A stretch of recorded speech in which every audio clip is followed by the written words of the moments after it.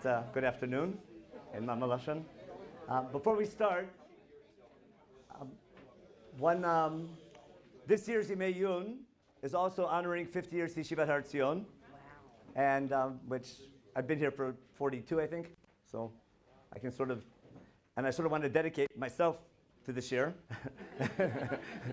In other words, everything I've learned is from Yeshivat Har Tzion, so I owe a lot of gratitude to the yeshiva. I had a student way back in the 80s, and unfortunately passed away. He was a rabbi in Ranana, Rabbi Danny Beller, and the Yimei Yun are also in his memory. There was a special thing yesterday about it, which I was going to talk yesterday, but it didn't work out. So I just want to mention that there's two very basic values we learned in yeshiva. One's called mechuyavut. That's called responsibility. Mechuyavut, I think, responsibility. Taking mechuyavut. Rabbi Mital, that was his big. There's mechuyavut, murkavut. Those are two big buzzwords all the time. The need to take responsibility, and also the complexity of Judaism. The other is leadership. Leadership as a Jewish value as well. And Rabbi Beller was basically all of those. He was someone who took responsibility and mechuyavut, took leadership, led a community in South Africa, right? And he was a rabbi in South Africa, from England, and in Ranana. So he was a great example of what yeshiva was all about. And I wanted to simply thank in the yeshiva and also by remembering Rabbi Beller and all of our learning, not just in his memory, but also to continue his goals. Okay. Now, and Miriam Bat Chaya. Successful surgery. For Refuah Shlema. Okay. Now, for our shir today, there's a source sheet, but I want to explain what we're going to do. I'm assuming, as far as noise, someone told me sometimes it's too loud in the back. We're good? Okay, if it's too loud, or the opposite, let me know. Okay, now we can start. The first part will be methodology. That's why I said not to look at the source sheet yet. After we do the methodology, we're going to discuss not just what happened, but why there's so many opinions. We're not going to explain which opinion is right. I want to show you, with methodology, why there's so many opinions, because I'm sure everyone's heard the story 100 times. Moshe and the rock. We're not going to read the story. Everyone knows the story. And everyone knows Moshe sinned and Moshe got punished. Remember? So we're going to study it and understand why there's so many opinions. It'll be a class of methodology. Then we're going to study it at the verse level, or the chapter level, then at the book level, and then at the Chumash level. Got it? That's what we're going to try and do. And the biggest challenge is this time of day. So if you fell asleep, it's not my fault. It's the day caused it. Now, I want you to look at I'll begin with the routine, which you've heard before. Everyone knows that Moshe sinned. And don't tell me the right answer, tell me the popular answer. What was Moshe Rabbeinu's sin? Instead of talking to it. And what was his punishment? Not going into Israel. And the first time you heard that before you were born. Everyone knows that. And the first time you did hear that, what was your reaction? How unfair. Why? It's unfair. And what answer did they tell you? Because they expect more. The greater they are, the greater they fall, kind of thing. Yeah. That's classic, isn't it? Now, in a place like Herzog, that can never be the right answer. You understand? It's too. You've noticed the pattern. It's what everyone says can't be right. I'll just show you one little story. I had a student way back, and about a week into yeshiva, he keeps complaining to me. He says, "What do you guys have against Rashi?" He goes, "I go to morning shir, learn Gemara. First thing Rashi's wrong. All day long, Rashi's wrong. I come to afternoon, go to class in Chumash, Rashi's wrong." He goes, "What do you want from the guy?" And I'm sure if you were in any of the Rashbam Rashi shares, you would know that Rashi would be the most happy person to find that people argue with him, because Rashi was the greatest teacher. Maybe not the greatest commentator, but the greatest teacher by far. Because all of everything he says is more educational sometimes. He uses Pshat to teach you Judaism. Now, what we're going to do is we're going to try and take Moshe Rabbeinu to court as a defense team. Got it? And before we go to court, there's two things we can do. What's the best thing we can go for if we think it's not fair? Throw it out. We want a full acquittal. Best case scenario. Let's say we can't get a full acquittal. What else could we hope for maybe? A pardon, or maybe not such a harsh sentence. Maybe, Get maybe just the Galilee, or just the West Bank kind of thing. No. But before we go to court, we have to do our homework. And we have to find what was the charge. And Moshe did something. Remember, they said he spoke to the rock. He hit the rock instead of talking to it.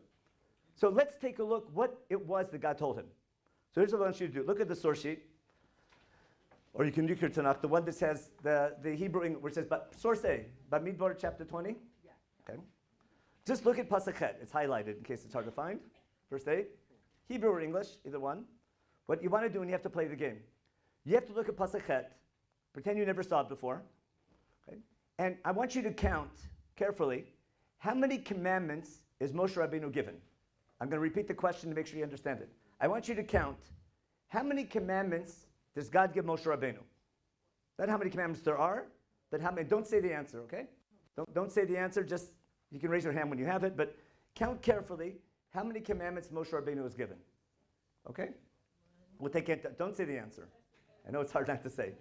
Just count, and double count. But make sure you get how many commandments is Moshe Rabbeinu given, because if he did something wrong, okay, he said not to say it.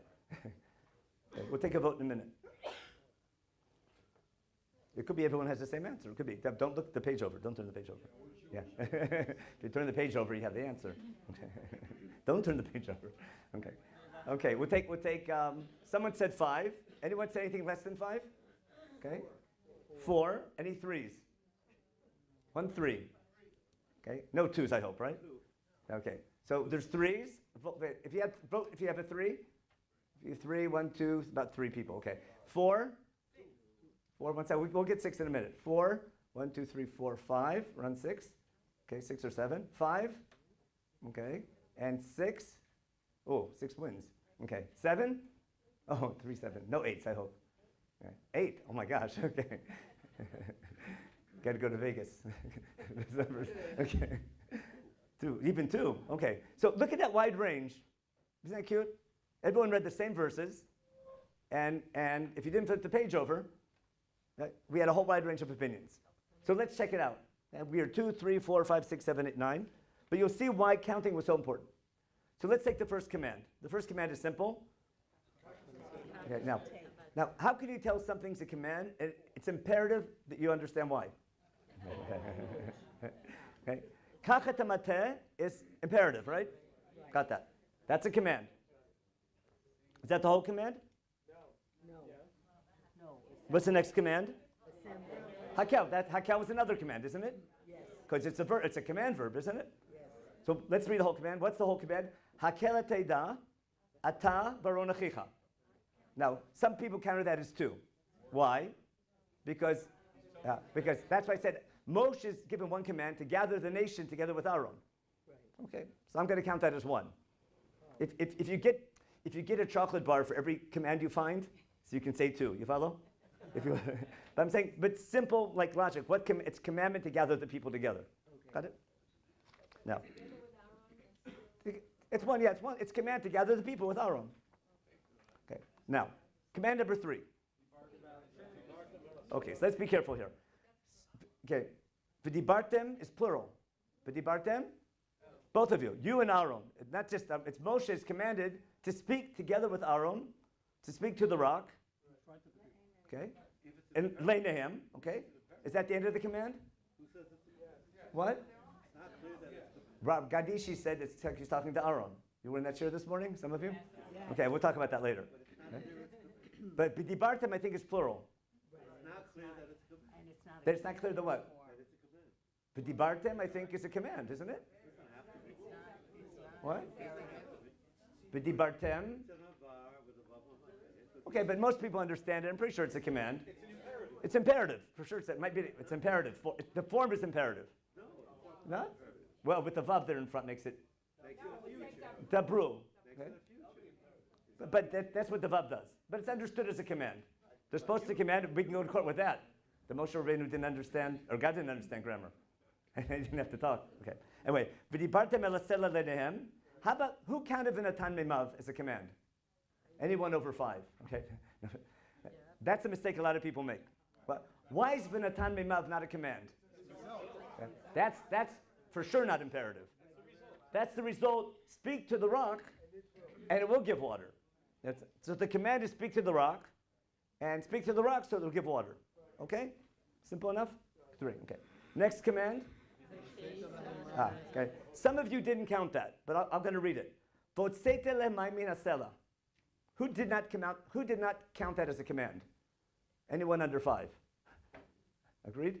A lot of people, some people for a good reason don't count that as a command, but who did count it as a command? Most of you. Why?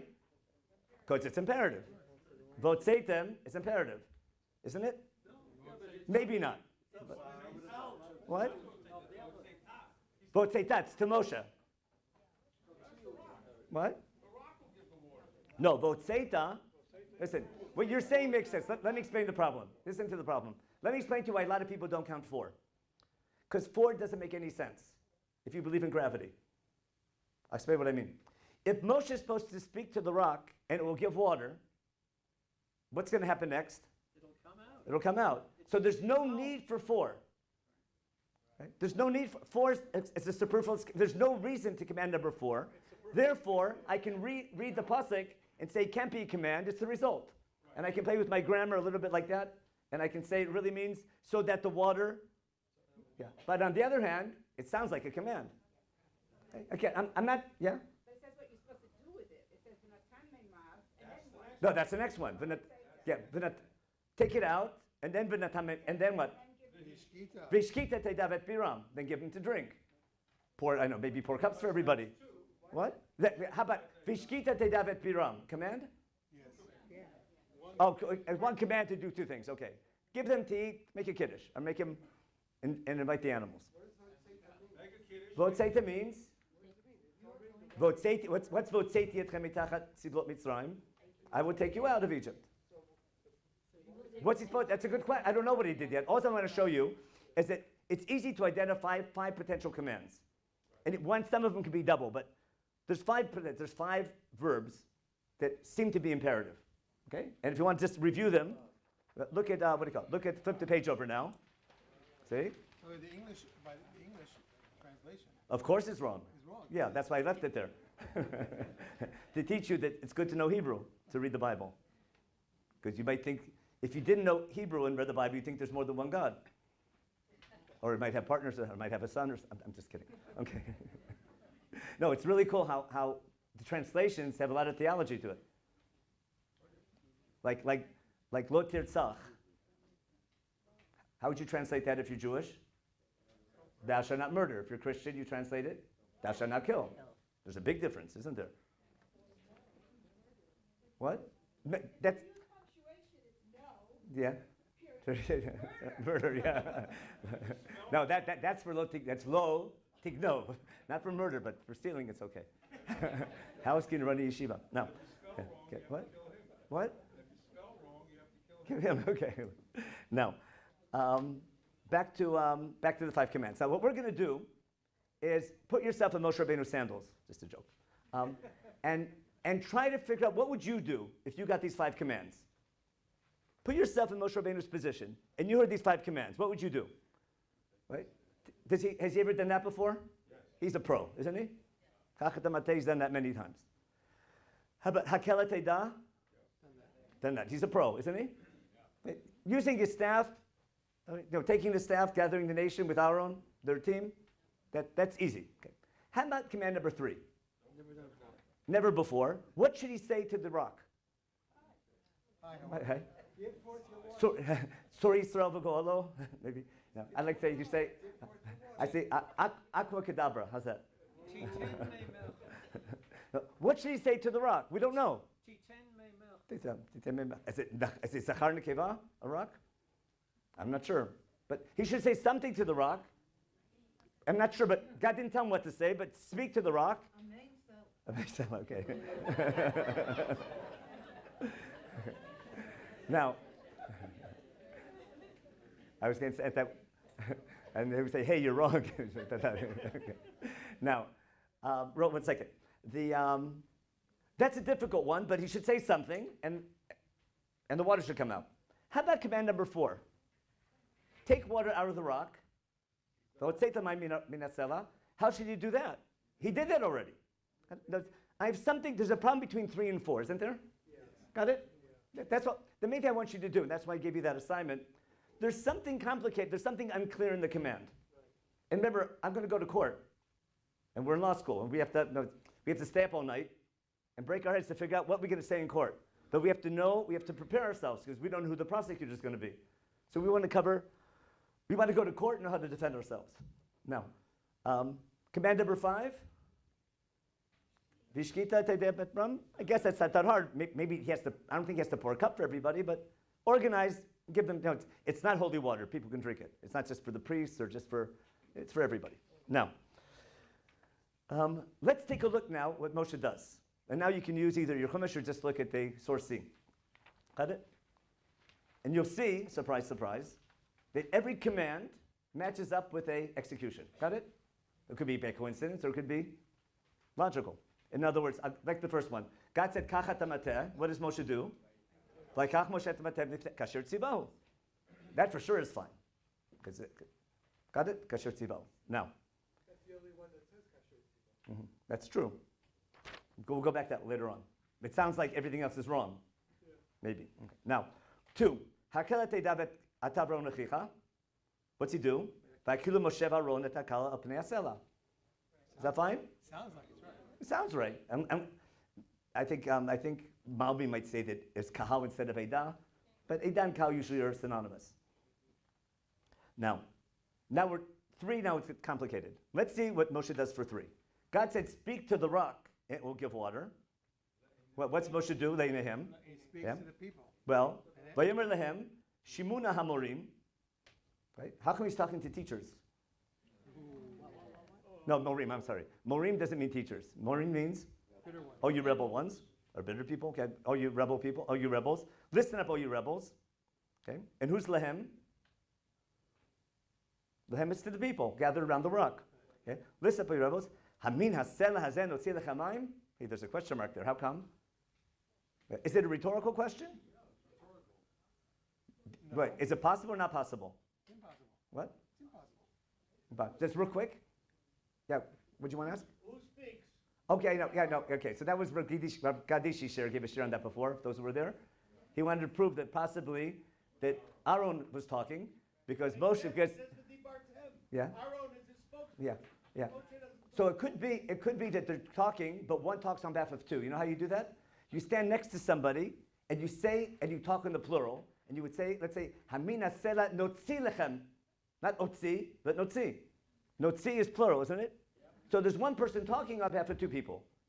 Because like when 2 people are talking at the same time, it's hard to, like in shul when people say Kaddish all at the same time, sometimes it's hard to understand because everyone's going at a different pace. So sometimes it's better for one person to say it and everyone to say Amen or something like that. But you can, it makes sense, they're both supposed to speak, but you're right, it's a problem. God says that you should both speak, and for some reason only one of them speaks. But they don't speak to the rock. That's even a better answer. Understand? God said, speak to the rock. Both of you speak to the rock, and no one spoke to the rock. What? Okay, we'll get to that in a minute. Hold up for a second. Okay? All I'm showing you is that instead of speaking to the rock, one of them, Moshe or Aaron, on behalf of both of them, speak to the people about the rock. What about the rock? 1 second. No, I can't. What's going to happen? They speak to the people about what? And what about the rock? Whether or not the rock can give water. Now, have you ever been to a magic show? Usually, I've seen this before. The guy says, "Do you think I can pull a rabbit out of my hat?" Have you ever seen that before? Yeah. That's classic, or whatever. Does that make it a better magic trick or a worse magic trick? Better. Why does it make it better? Because even though I'm telling you I'm about to do a magic trick, try to catch me on it. By questioning whether I can do something, it's not a real question. It's highlighting I'm about to do a miracle. Like, be prepared for this miracle. Do you think we can take what does Moshe want them to think? Without a miracle, it's impossible. Maybe you can do it. That'd be pretty impressive. If I say something like this, it's in preparation for a big miracle.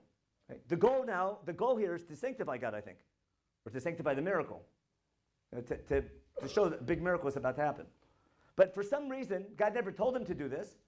We have to just hold questions. I ask too many questions myself, but that rule I can't break.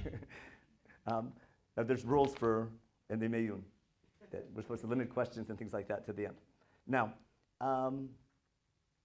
so the question is, God says speak to the rock, and the people, instead of speaking to the rock, Moshe or Aaron, on behalf of both of them, speak to the people about the rock giving water. Okay. Now, then what happens? How about command number 4? God says, take water out of the rock. Look at the verb. What does Moshe do? Moshe lifts up his hands, hits the cellar with his staff twice, and guess what? Vayetzu, I should have highlighted that. Vayetzu mayim rabim. It worked, didn't it? What did God say? What was God's command? Otzeita. And what did Moshe do? Let's see. Now, where did this idea come from? Why would he think that hitting a rock would give water? Yeah, he wrote the Bible. Did you read it? Right? He's done it before, right? He's a pro. It worked. It was also a miracle back then. And God did tell him to take a staff. So it could be 4 is okay. Now, let's work backwards.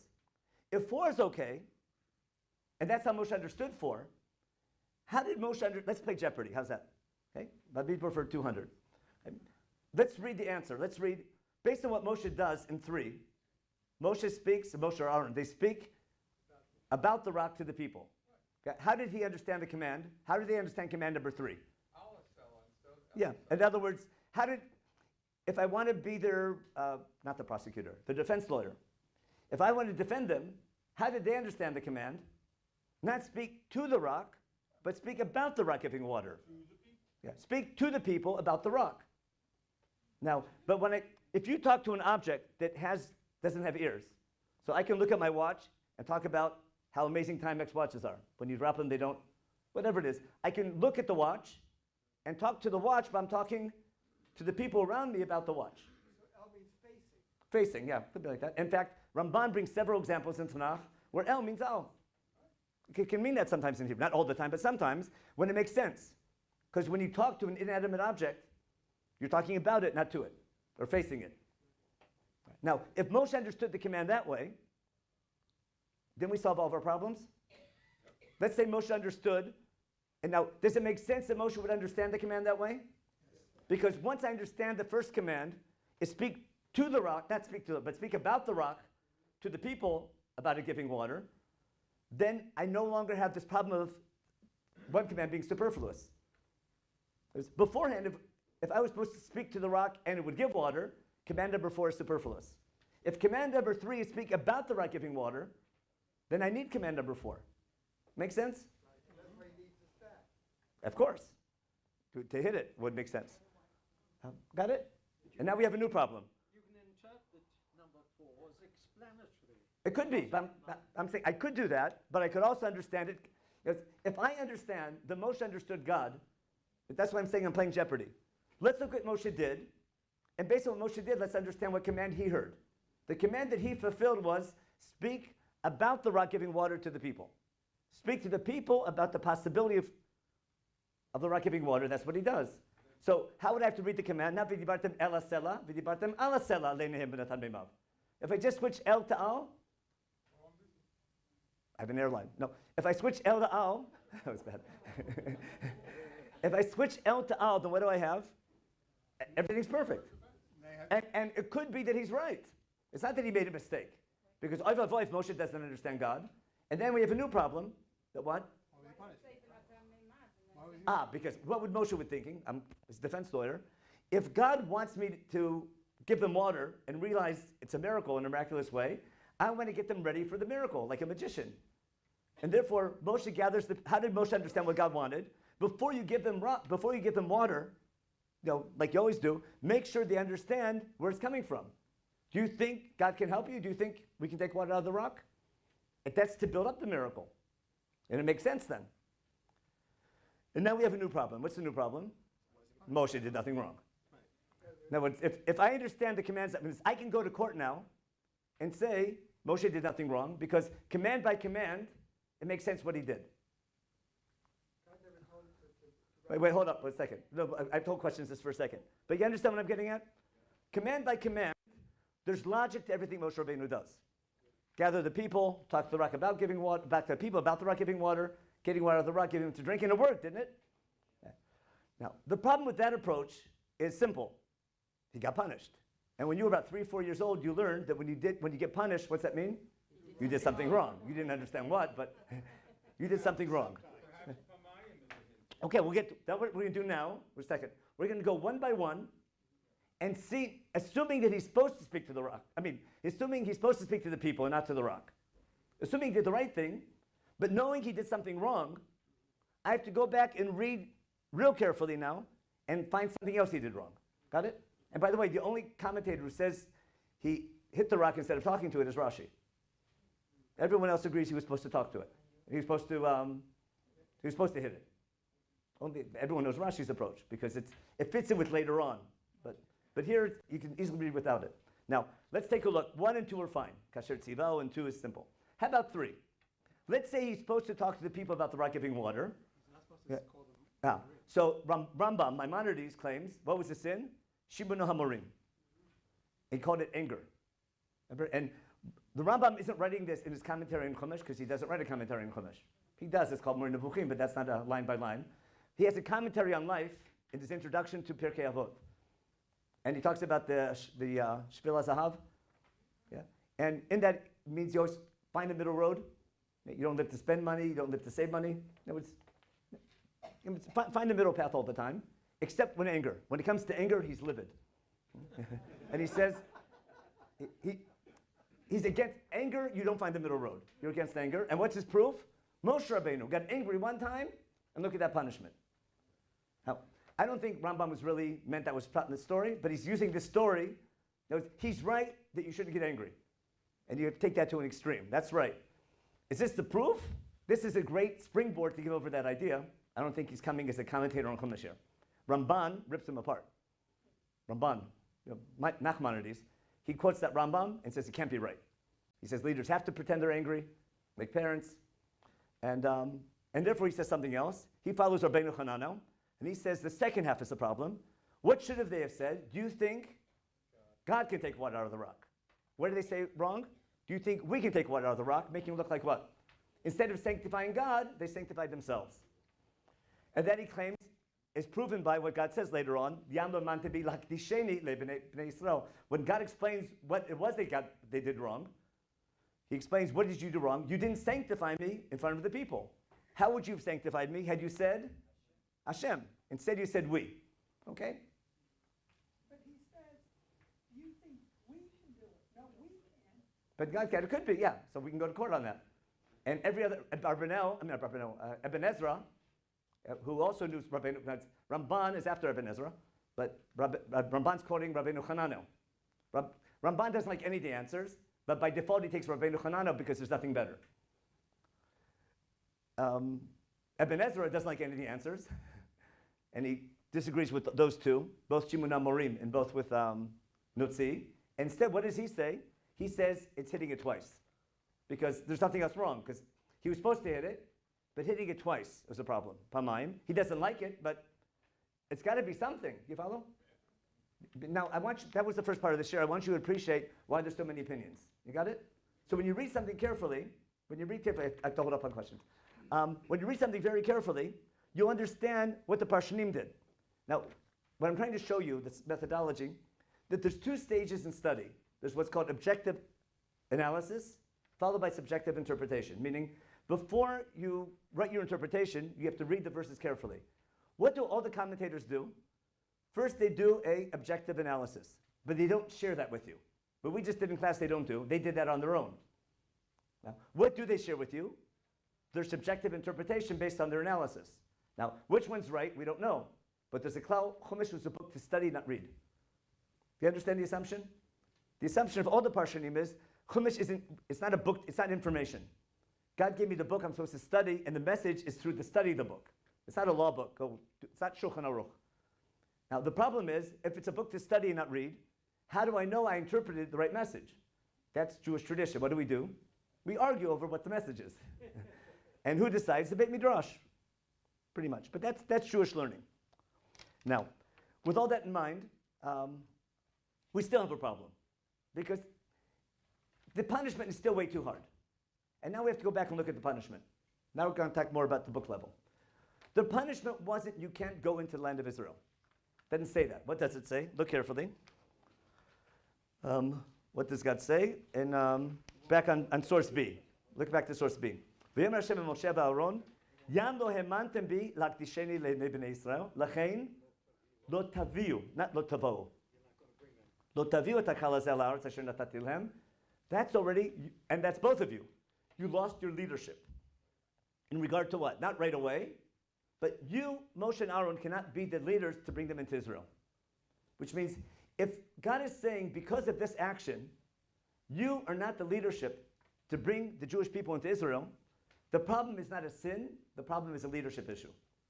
And that changes the whole ballgame. Got it?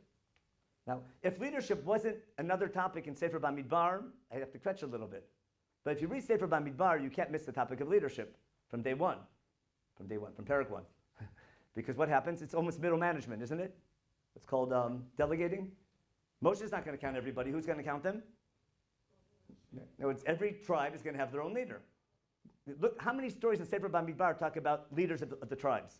We have the first census. We have the Nisi'im bringing when they dedicate the Mishkan. We have the Meraglim. We have later on, there's Manchilim later on. There's Shivim Miskenim. No, Shivim, 70 elders later on. There's tons of leadership stories where we're delegating and we need middle management.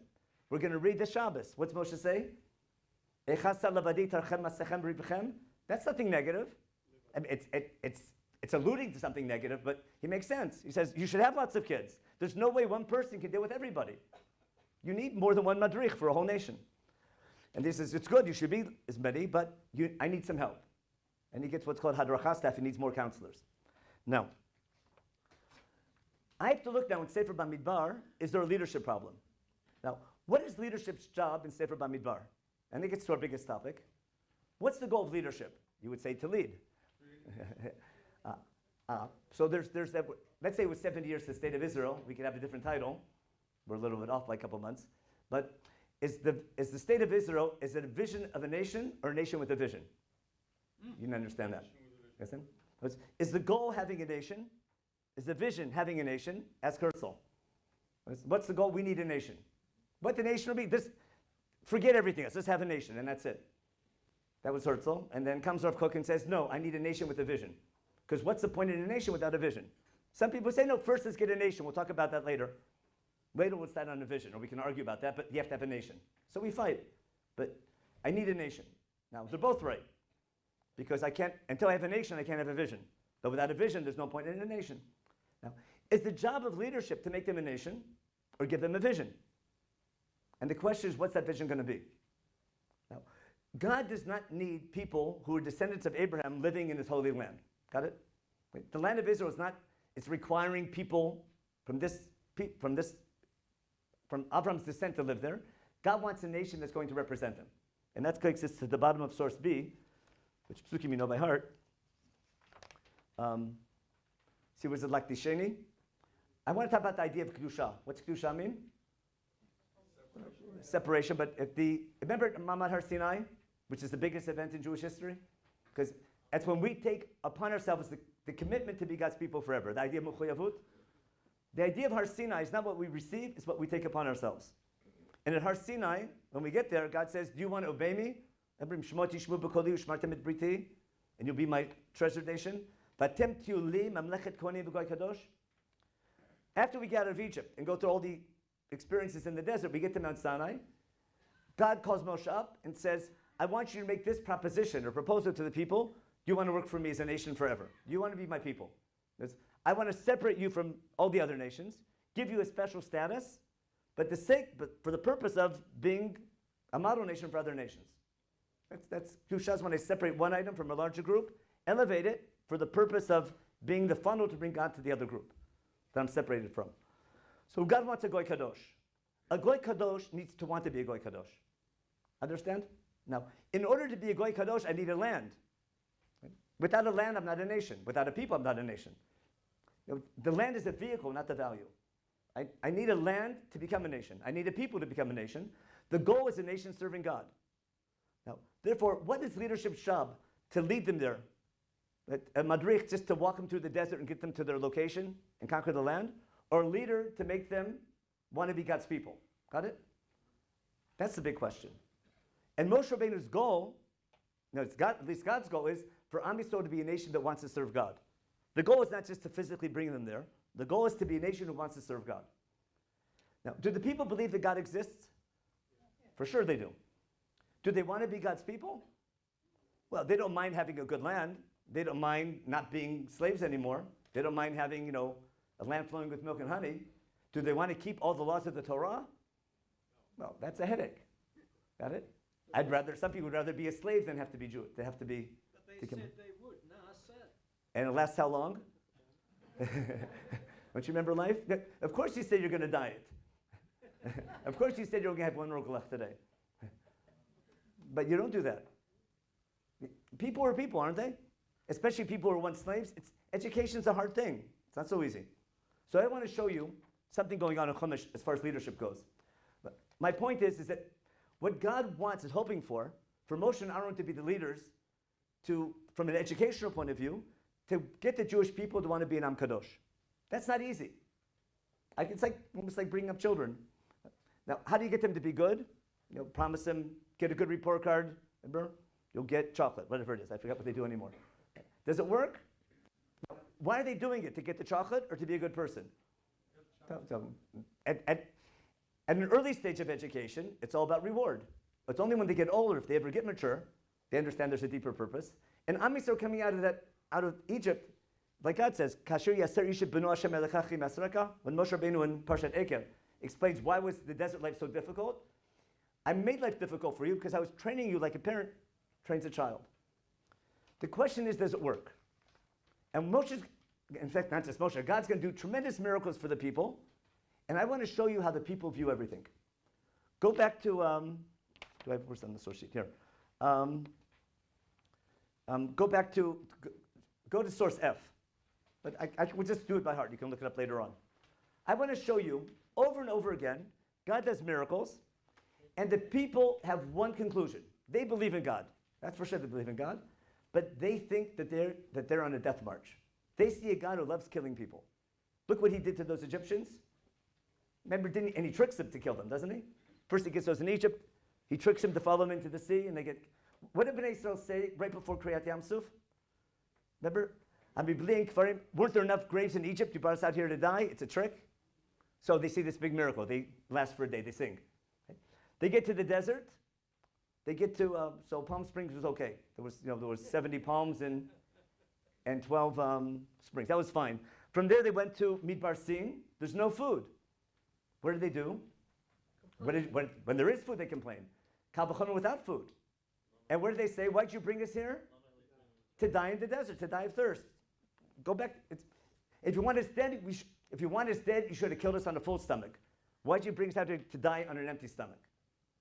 And then the next story in Refidim, the next chapter, there's no water. What do they say? Why'd you bring us out here to die? How do they view things? God wants them dead. Got it? Then later on, they get to Torah, and then Moshe goes away for like 40 days or so. They have a babysitter, Aaron. Aaron says, "You know what? Come, let's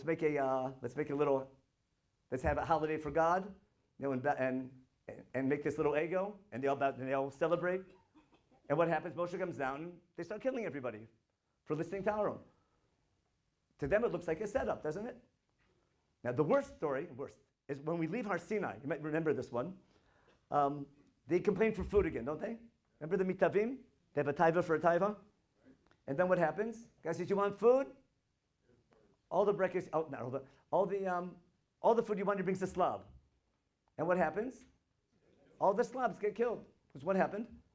Everyone who ate too much, they asked for food. Guy says, "You want food?" Lots of food. How much food was there? It was like piles and piles of food over the camp. And people who took too much, what happened? They died. Kivrot hatava. What's it look like to the people? I'm not, don't get me wrong. I'm not saying they're right. But when you have, it's like a child. Why does mommy hate me? I asked for chocolate. She said no. I wanted three chocolate bars for dessert. And she said no. Why? She must hate me.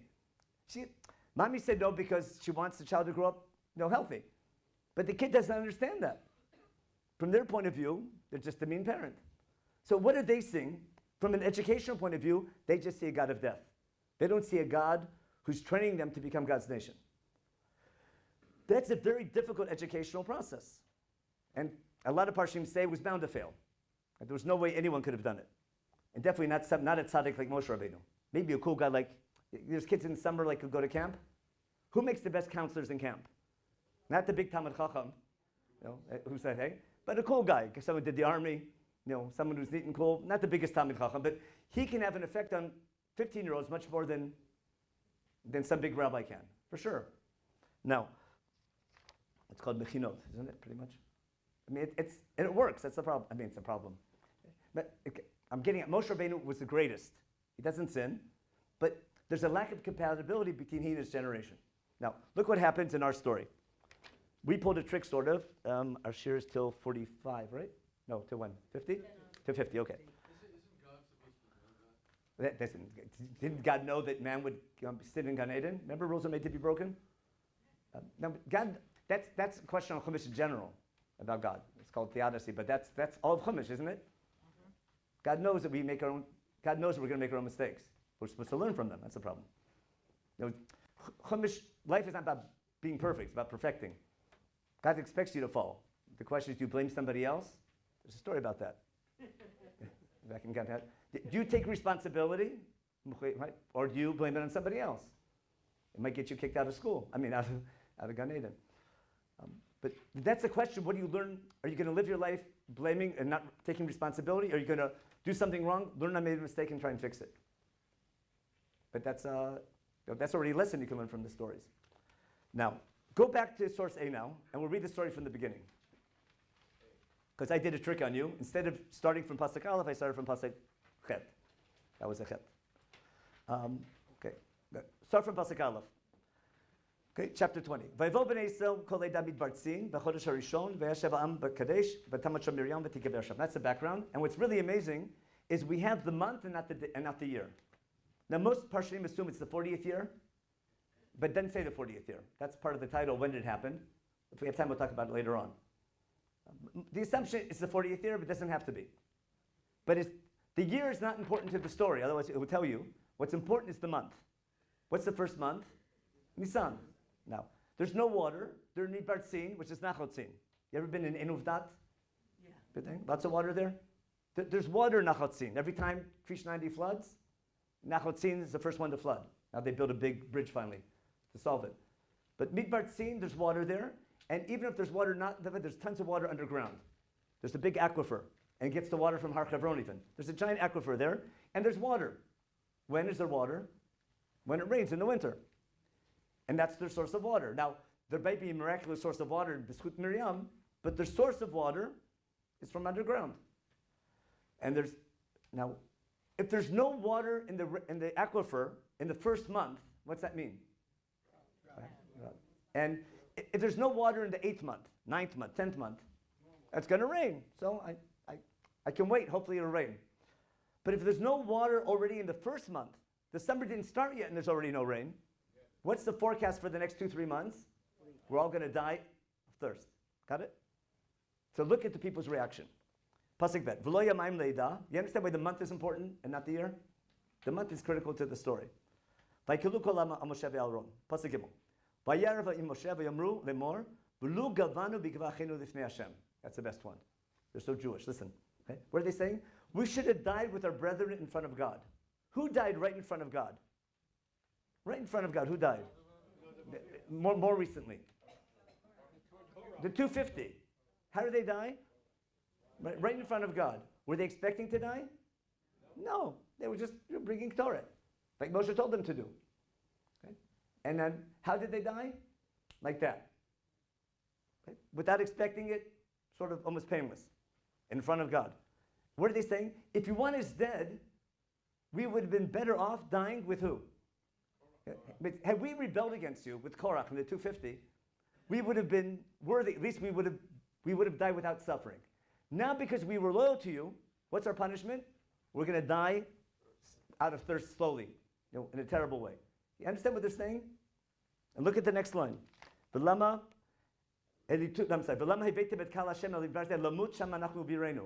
What's their assumption? You brought us here to die. You want us dead? Do it quick. But you see their attitude? It's a terrible attitude problem, isn't it? Now, Okay, it could be. I'm saying, but but it's part of their. You can also see it as part of their sarcasm. You bring us here to die. They're angry. They're angry. They're angry with God, not just with Moshe. But their conclusion is they're on a death march. Isn't that clear? They think they're going to die. Okay. Which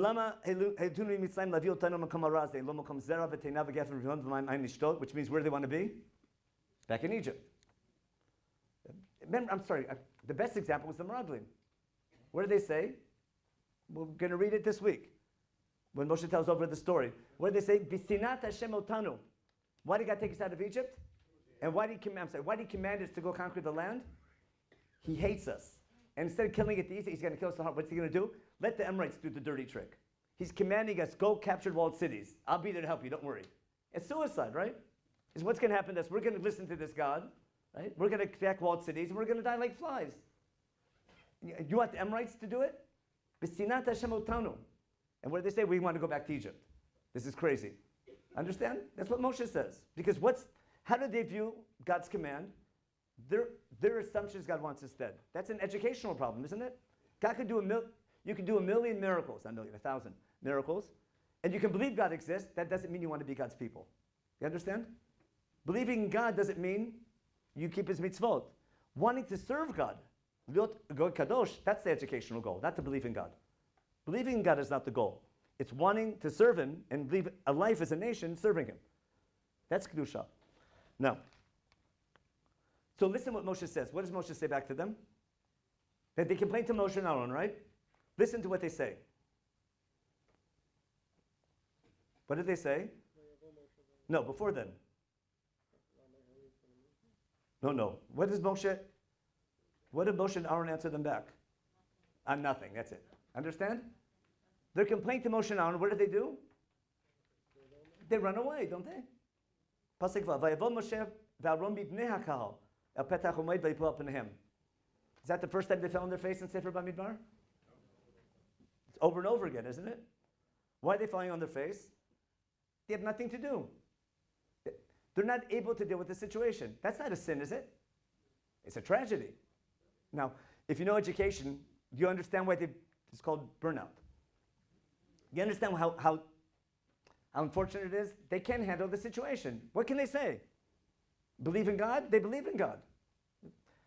It's called a conceptia in Hebrew. You know what that means?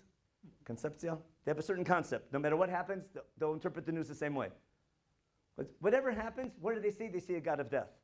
What can Moshe say to them anymore? Have trust in God, and they run away. And they run away from the situation. Got it? Now that's not a sin, but that's a problem in leadership, isn't it? Now who looks bad? I'll give you an example. I'll try not to be political. Let's say there's a president. Okay, not mention any names. And let's say there's a press conference. Okay, and they have all these difficult questions. Right? Bum, bum, bum, bum. And the president has a spokesperson, right? Before she quits. And what happens? She hears all these battery questions. What will she do? She walks out of the room. How come she walked out of the room? She didn't have an answer. Who looks bad? The president looks bad. Because the spokesperson has nothing to say. You understand what I'm getting at? Moshe and Aaron running away from the situation is not a sin, but it doesn't make God look very good. Instead, they should have been supportive of God. Say, give him time, relax, you follow? Yeah. How do you say to support someone in Hebrew? What do you call a lady who supports, let's take Nomi, for example. And Ruth can't bring up a baby. She would need someone help to bring up the baby. Who do you need? An omena, don't you? Even Moshe says, am I an omen, remember? Omen? What do you call a column that holds up a building? An omna. What do you say? Let's say there's a cantor in the synagogue who praises God and says God is like, he's the protector of Avram. He's like, okay? And you say, I agree with that. What would you say? I support your point. I support what you said. Amen. Amen. Let's say you have a niece and she lost her parents and you want to support her. Let's say her name was Hadassah and your name was Mordechai. Vahi omenet Hadassah. Amen doesn't mean, it means I support. Sometimes. To be supportive. And what did they do? Of course they believe in God. Yando hemantim, what didn't they do? You didn't support God. Lakdisheni le'bnei Yisrael. That's tragic, but that's the end result. What were Moshe and Aaron not able to do? Not just because of here. In general, what aren't they able to do? They're not able to support God in a way to get the nation to want to be his people. That's Lakti Sheni, I think. Their educational goal, the nation with a vision, is not happening. It's not working. No one sinned. It's just tragic because I think Moshe and Aaron are too high a level to deal with the people on their level. It could be a built-in tragedy. Shouldn't God know what's going to happen? It's always that way. Ebenezer brings that down. It was bound to happen. You didn't support me. Lo hamanta bi, you weren't supportive of me in a way that I would have been sanctified. Okay? So that was that's one way to look at it. So therefore, it could be Moshe and Aaron did nothing wrong, but simply the problem wasn't what we read in verses 7 and 8, 9, and 10. The problem was in verses 1 to 6. Or basically, the problem is in 5 1/4 or 5 3/4. Meaning after Pasuk 5, there should be Pasuk 6 that isn't there. You understand what I mean? Moshe and Aaron don't answer this. They don't rise to the situation. They fall on their face. They don't take leadership. Now, there's one other story, though, that adds everything to the story. Oh, by the way, I should have mentioned something. All the answers the other Parshanim gave, hitting it twice, getting angry, miswording, those aren't reasons. They're simanim, not sibot. They're not the reason for the problem, but they're indicators. Got it? They're a sign that they're losing it. Getting angry, hitting it twice instead of once, raising your voice, not wording, not saying what is it? Saying, I didn't say I would, I meant I wouldn't. There was just something on the news like that. No, it's not wording yourself the right ways that people might misunderstand you and think you're working for the Russians. Yeah. So you think they should have said, okay, hang on a minute, we'll go check with Hashem on what to do? Oh, you couldn't ask a better question. I shouldn't let you ask, but I let you anyhow. Listen, what should have they have done? You know what? They knew what to do. Because God told them what to do in Parshat Korach. And the problem is Cholent. That's Rabbi Breuer's old line. The problem is we forget what happened last week in Chumash. Because when we read Parshat Chukat, we forgot what we read about in Parshat Korach. It's called Cholent. If we were reading Parshat Korach with Parshat Chukat together, we know what they were supposed to do. And that's going to be source D. No, D is easy. D is Emunah. We did that. Oh, so the best example of Emunah, I should have brought that. Aaron is holding up Moshe is fighting Amalek, and he has to keep his hands up, right?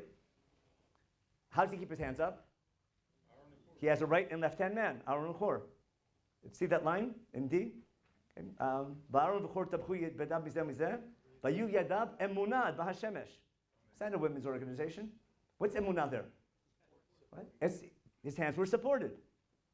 No, it's so cool. It's to support emunah. Is that good? It's like saying good Yom Tov. No. No. Back to look at source E now.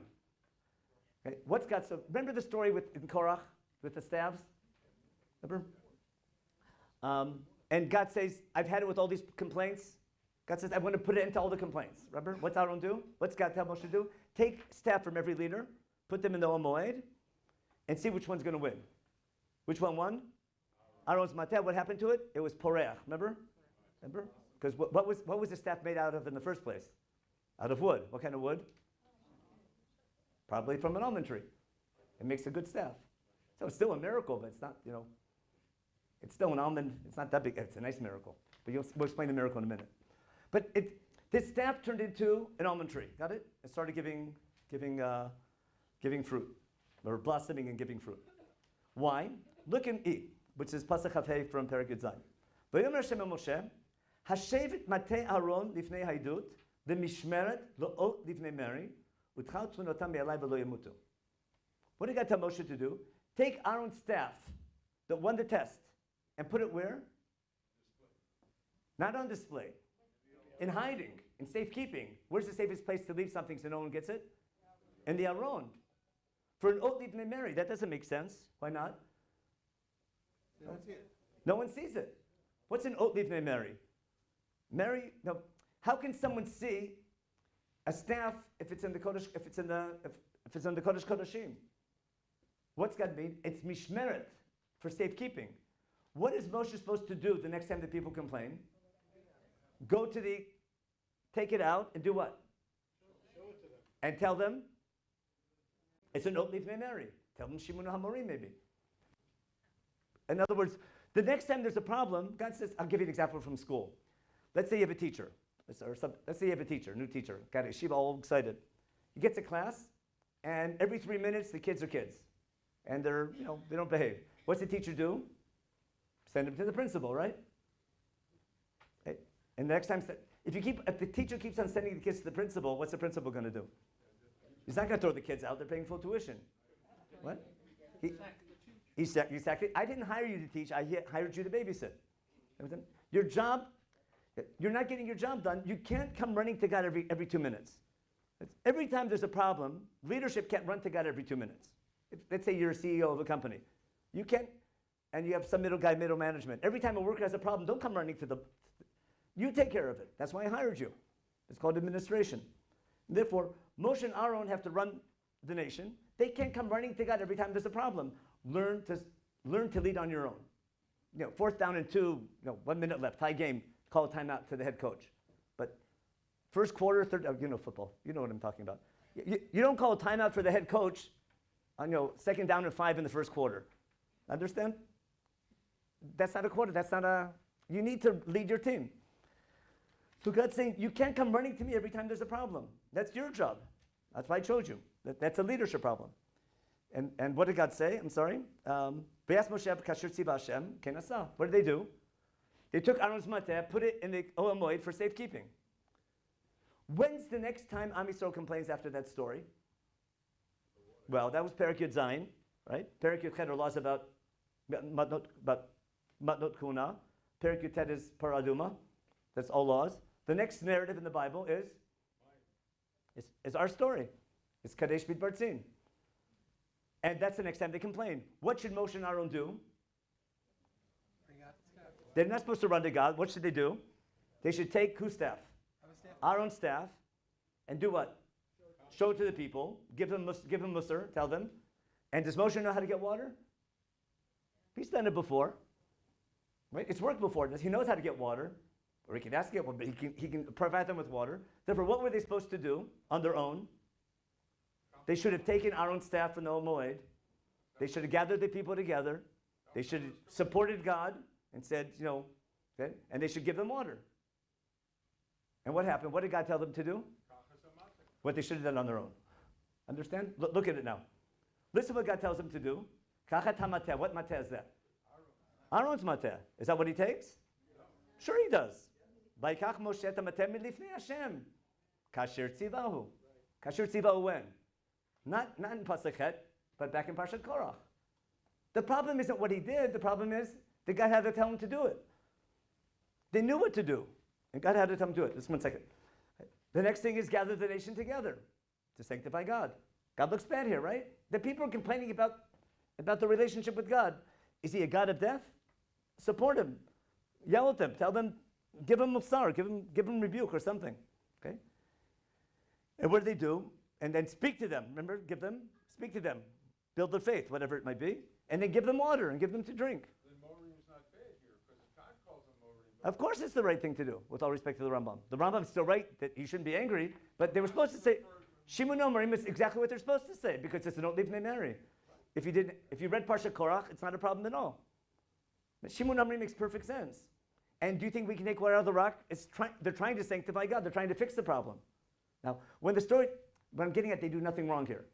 And by the way, hitting it twice, if you know Windows 10, it's not a problem. If you want to make a picture larger, for those who don't know, double tap. Remember? 2 things. Moshe knows the future. Okay? Now, listen, what Moshe does, it could be does it, even when they do it, they don't do it the best way. I still agree with that they're not doing it perfectly. But the problem is that God has to tell them what to do. And therefore, what's God tell them? You can't lead the nation into Israel with a quarterback like that. I need a different type of leadership. I need leadership. You can be Moshe Rabbeinu. You can be the greatest person, but you're not fit to lead that people. Not because you're bad or evil or you sinned, but rather it's a leadership problem. But I would end with, I hope that was clear. So I try to show you on the, what? That changes the concept of Lach Which is? Make them kadosh. To make them kadosh, yeah. Because you weren't able to make them kadosh. My goal, my vision is to make the nation kadosh. It's not working. It's called mifchan hatotzah in Hebrew. You know what that means? It's not working. You follow? I don't care what it's not working. You can have every good excuse. It's just not working. we need to change. Yeah, new leader, real quick. Well, it seems to me that they're going to be going into Eretz Israel and living a normal life. Yeah, okay, I was going to get there, right there. Your question's right on the mark. So let me just finish real fast because we have that. It has to do with Zionism also. Everything has to do with Zionism. But when you live in Israel, you can't live with miracles all the time. You need to slowly wean them off of miracle life and living through nature. God can't do everything for you. You have to live with nature, right? And see God behind nature and not need a miracle to prove. You have to be motivated God's people without getting a miracle every 2 minutes. You have to see God within nature. You can say Psukkah Zimra maybe, or Baruch Nafshi. Now, I want to end with what's so special about that mateh. The mateh of Aaron, it didn't just flower. It flowered and then what? And finally gave fruit, but with stages, right? The buzzword is process. Hebrew talich. Right? And that's education. What's this time? What do people need to know? If you're suffering in basic training, you're suffering in school, you're suffering in life, whatever it is, it's a difficult experience. I can just see the immediate. I can take that snapshot. It's like living in Israel. I can take the day with terrible news. But if you look at the process going on, you can understand the need for suffering sometimes. Remember, there's sakana kan bonim. You ever heard that? It's dangerous because we're building something. When you build something, what's no gain? No pain, no gain. When you understand difficulties and difficult situations, when you understand you're part of a process. When I finish basic training, I get to show off to all my friends. I made that special unit. When you appreciate the goal of your suffering, or the hard work, or the hardship, then I appreciate the process. I can survive it. I don't have that attitude problem. When, I hate school, I hate this. When you don't see the goal of going to school, you hate school. When you see, hey, I'm learning to be a productive person, I can appreciate it. And therefore, the sign to the people is you're living in a process. And you don't see the fruit right away, but one time, there's a process going on. And bringing up a nation is like a child growing up, or like a nation growing up. And to appreciate that message, I think that's why the blossoming shaked is going to be the symbol. And we talk about this every Shabbat pretty much. Because once a week, God gives us time to sit back and reflect. You know that? The weeks are so busy all the time. Now, there's a mizmor for Shabbat. What's that called? Mizmor Shir Lema Shabbat. Oh, Tzadi Bet, isn't it? Tov lo da Hashem, lezamer l'shim chayyon. Is the word perach there? What's lifrach mean? Awesome. What? It's tzaddik. It's a word, but that's the blossom. But there's another blossoming there. Who else is poreach? If you're foolish, you won't understand this. I got that. Someone foolish won't understand my analogy. Bifrach Rishem Kmo Esev, Ish Bar Lo Yida Uchzil Lo Yevin Azot, Bifrach Rishem Kmo Esev, V'yatzit Kol Heaven, Disham Dam Adiyad. There's an analogy the Mizmor is using. It's called perspective. We see two types of growth. There's growth of weeds and grass. It grows really fast, doesn't it? Covers a lawn in 2 minutes. Weeds grow in a second. And what do you do to them? You mow them down. They give any fruit? What are they good for? Right? But they go really fast. Almost like the Rishayim, but with no good.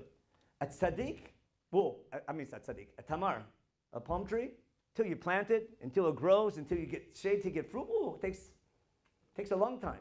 But ultimately, it'll give fruit, it'll give shade. And it won't be a pushover. It'll stand strong. And even when it goes on, you can use it for lumber. It even has use after death even. It's got tchias hamesim. I can put it in a building later on. You make a monument out of it. A tzaddik takes a long time, but you don't appreciate that without perspective. And therefore, Shabbat sometimes, that's the idea of Shabbat. When you're busy, you have to take a break from day-to-day life and have that perspective to look at it. So that's what I want to show you, is that I can look at the story. Now, with Moshe and the rock, it's not just, we like to read it like, oh, you sinned, you got punished. For children, what's the message? Always, you did something wrong, you might get punished, therefore you better keep the mitzvot. You better be obedient. That's basic. But when I look at it, that's at the simple reading. When I look at it at the book level of Bamidbar, a book about leadership, you see the story is much deeper, much more complicated. It's almost a built-in tragedy. It's a tragedy almost had to happen. But it's a tragedy I can learn from. And when I look at the bigger picture of Chumash altogether, about the idea of God choosing a nation, and wanting that nation to be God's people forever, but wanting to be kadosh, like Disheni, but the need to educate to reach that goal, and the understanding of, and there's a need for suffering, and there's a need for difficult situations, there's a need to learn from your mistakes and grow up. that's what leadership needs to do. And that was the ideas I was talking about what we learned from yeshiva. The idea of, not everything's easy. Things are mokav and things, you need responsibility, mukhayavut, but you also need manigut, leadership that knows how to deal, can assess who the people are, what their situation's at, and how to take people from one level to the next level, and to appreciate that growth takes a long time, but one day, hopefully there'll be tzaddikim like the Tamar. Okay, thank you very much.